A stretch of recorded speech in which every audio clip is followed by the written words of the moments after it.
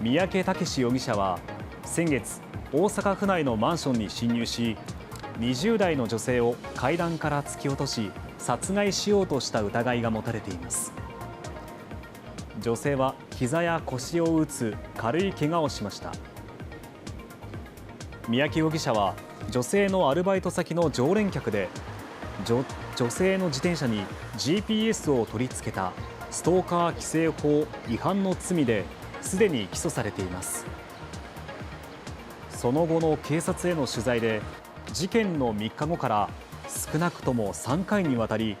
女性の自宅や勤務先でストーカー行為を繰り返していたとみられることが分かりました。